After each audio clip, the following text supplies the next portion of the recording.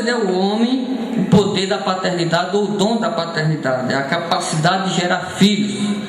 A segunda razão, dizia Santo Agostinho, foi para gerar em nós duas coisas: humildade e também gerar em nós o autoconhecimento de nós mesmos. Porque através da procriação, através da geração, da maternidade, da paternidade, nós estamos de certa forma interligados. E estando interligados, nós somos dependentes uns dos outros. Nós não podemos dizer uns para os outros: eu não preciso de você, porque todos nós precisamos uns dos outros. E Deus, na sua sabedoria, na sua graça, no seu poder, Ele visava isso quando resolveu criar os seres humanos de forma imediata, ou seja, por meio das gerações, e não como Ele fez no caso dos anjos. E também a questão do relacionamento que nós temos uns para com os outros por meio da procriação, principalmente por meio da coabitação. Quando o homem se junta com a mulher, Deus concede ao homem a graça de se autoconhecer, porque é através de relacionamentos mútuos e recíprocos que a gente se conhece melhor. Então percebamos que a paternidade, bem como a maternidade, embora seja um dom que Deus nos concede, um privilégio, tem grandes e sérias implicações. Todo dom gera responsabilidades. E Deus, quando Ele criou o homem macho e fêmea, porque, como diz o forrozeiro de Jesus, Toninho do Aripibu, se Ele quisesse que homem casasse com homem e mulher casasse com mulher, Ele não teria feito Adão e Eva, teria feito Adão e Ivo. Mas ao criar homem e mulher desta forma, Deus tinha em vista que fosse gerado outros seres humanos que se autoconhecessem por meio dessa interdependência nos relacionamentos. Fossem criados seres humanos que se revestissem de humildade suficiente para glorificarem a sabedoria e o poder de Deus. Era isso que Deus tinha em vista desde o início, que o casal procriasse, fossem férteis, multiplicasse e enchesse a terra, não de qualquer pessoa, mas de pessoas que pudessem viver para a glória de Deus e com Deus para todo sempre. Mas, como também está no boletim, infelizmente nem todos conseguem exercer a sua vocação da maternidade, da paternidade como deveria. Adão e Eva não souberam. E nessa noite nós vamos ver rapidamente o exemplo de alguns pais e mães da Bíblia que, igualmente Adão e Eva, não souberam gerar filhos e criá-los para a glória de Deus. Mas para não sermos pessimistas em nossa mensagem, eu queria citar apenas um exemplo negativo e dois exemplos positivos, se o tempo assim me permitir, para que possamos no final sairmos daqui regozijando e também reanimados para criar os nossos filhos e os nossos netos para a glória de Deus. Eu digo nossos filhos, nossos netos, não porque eu seja pai, mas porque eu faço parte da família aqui da fé, e aqui tem muitos pais e muitas mães. Então, irmãos, a primeira coisa que eu queria ver com vocês era o exemplo de Eli, porque Eli é um exemplo de um pai que não soube criar os seus filhos para a glória de Deus. Eli, que era um sacerdote de Deus, ele foi um exemplo negativo, foi um exemplo de negligência e fracasso espiritual no que diz respeito à sua família. No livro do profeta Samuel, nós vemos a história do sacerdote Eli. E nós sabemos que os sacerdotes eram uma daquelas poucas pessoas ungidas por Deus para servir ao povo de Deus, que naquele momento, naquela época, estava limitada à nação de Israel. E igualmente a Eli, seus filhos, Ofni e Finés, também também se tornaram sacerdotes. Não sei se por influência do pai, não sei por qual foi a outra razão, mas eles se tornaram sacerdotes. Mas a Bíblia nos mostra que tanto Ofni como Finéias, que eram filhos do sacerdote Eli, eles faziam o que era mal perante o Senhor e perante a igreja do Senhor que estava confinada à congregação de Israel.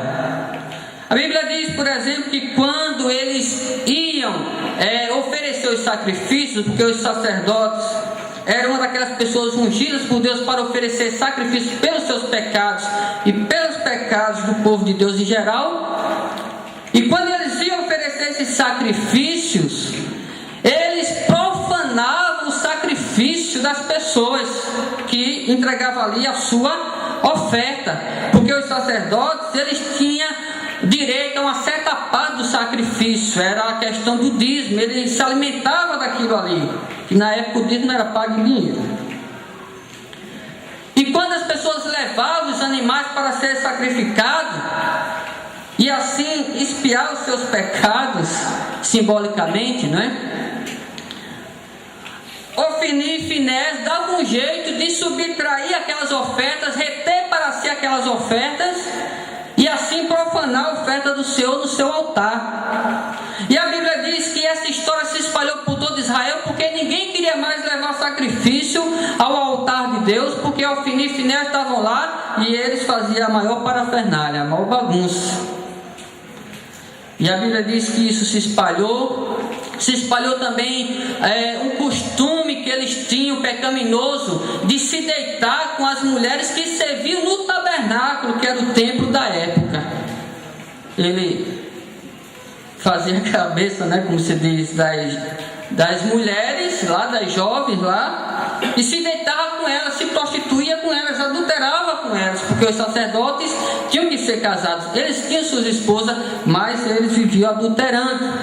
E toda a congregação de Israel ficou muito revoltada com aquela situação, foi conversar com o sacerdote Eli, que na época já era velho, a Bíblia diz que ele era até gordo, já o que mostra que ele era um pouco acomodado, e ele foi reclamar com os filhos, mas aí já era tarde. A Bíblia diz que os seus filhos, depois de tudo isso, já não queriam ouvir os conselhos do seu pai, e até mesmo era da vontade de Deus que eles não ouvissem, porque Deus queria puni-los, Deus queria matá-los. E de fato foi o que aconteceu. Na guerra contra os filisteus, os guerreiros do exército de Israel foram derrotados, a arca da aliança, que simbolizava a presença de Deus no meio do seu povo, foi roubada pelos filisteus e levada para o seu acampamento, e os filhos do sacerdote Eli, Ofni e Finéias foram mortos.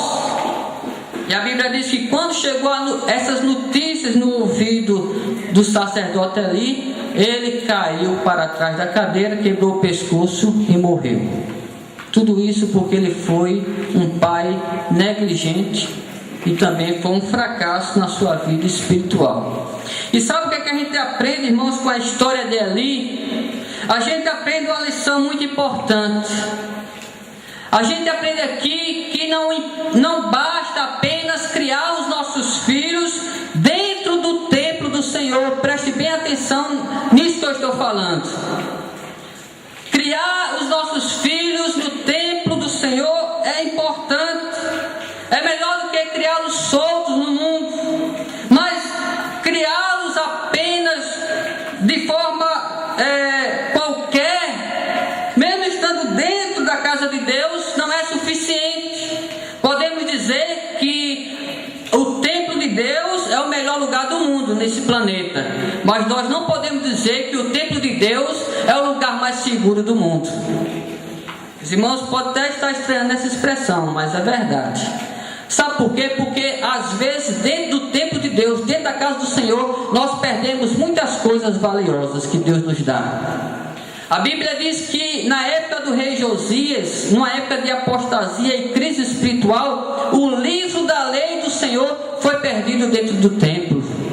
E foi achado por um acaso, e quando foi achado, houve um avivamento espiritual que mudou a situação do povo de Deus. Mas até então estava perdido dentro do templo. E Eli foi um pai que perdeu os seus filhos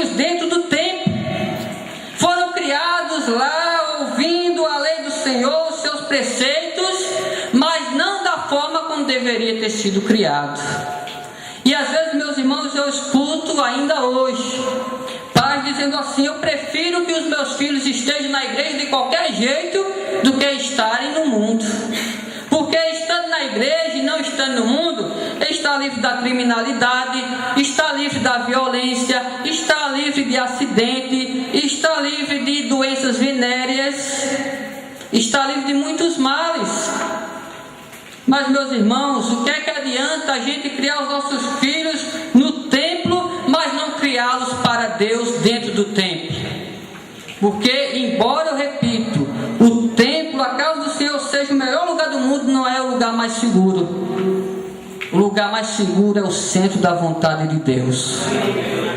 E tem muita gente dentro do templo de Deus, mas fora da vontade de Deus. Infelizmente, eu sei que há uma certa vantagem criar os nossos filhos na igreja. Há uma certa vantagem nós até os envolvermos, como Eli os envolveu, em alguma atividade religiosa de responsabilidade. Eli os envolveu no sacerdócio. Muitos hoje estão envolvendo seus filhos na área do louvor. Muitos hoje estão envolvendo seus filhos em qualquer outro departamento, como líder ou como pessoal de destaque. Mas a questão é como está sendo criado. Nós percebemos hoje, meus irmãos, que há uma negligência da parte de muitos pais e da parte de muitas mães na criação dos seus filhos, embora eles ainda estejam dentro da igreja. O que muitos pais têm feito, como Eli fez, é entregar os seus filhos aos líderes dos departamentos da igreja, como entrega os seus filhos nas mãos dos professores na escola, e daí para frente que eles se virem. Mas a verdade é que a Bíblia diz assim: ensina tu mesmo, o pai e a mãe, o teu filho no caminho que deve andar, e quando crescer não se desviará dele. O ensino na igreja, da parte dos professores da escola dominical, e o ensino da parte dos professores na escola, deve ser um reforço, e não a base da educação que eles devem ter. Apenas um reforço. Se não, vejamos o que está escrito lá em Deuteronômio, capítulo 6, versículo 7. Está escrito lá o maior de todos os mandamentos. A Bíblia diz, lá em Deuteronômio 6 e 7: ouve, Israel, o Senhor teu Deus é o único Deus, não existe outro além dele. Por isso o amarás de todo o coração, de toda a força, de todo entendimento. E faça o seguinte: ensine aos teus filhos, sentado na tua casa, também se levantando e andando com eles, e até mesmo deitado. Se for possível, amarra no teu braço, na tua testa, essa frase, e também coloca no batente dos portões da tua casa, para que os teus filhos nunca esqueçam de que o Senhor é o único Deus e que não há outro, e por isso ele deve ser amado, crido e obedecido. Ou seja, a Bíblia ensina que nós devemos, por nossa vez, como pais e mães, ensinar os nossos filhos com persistência.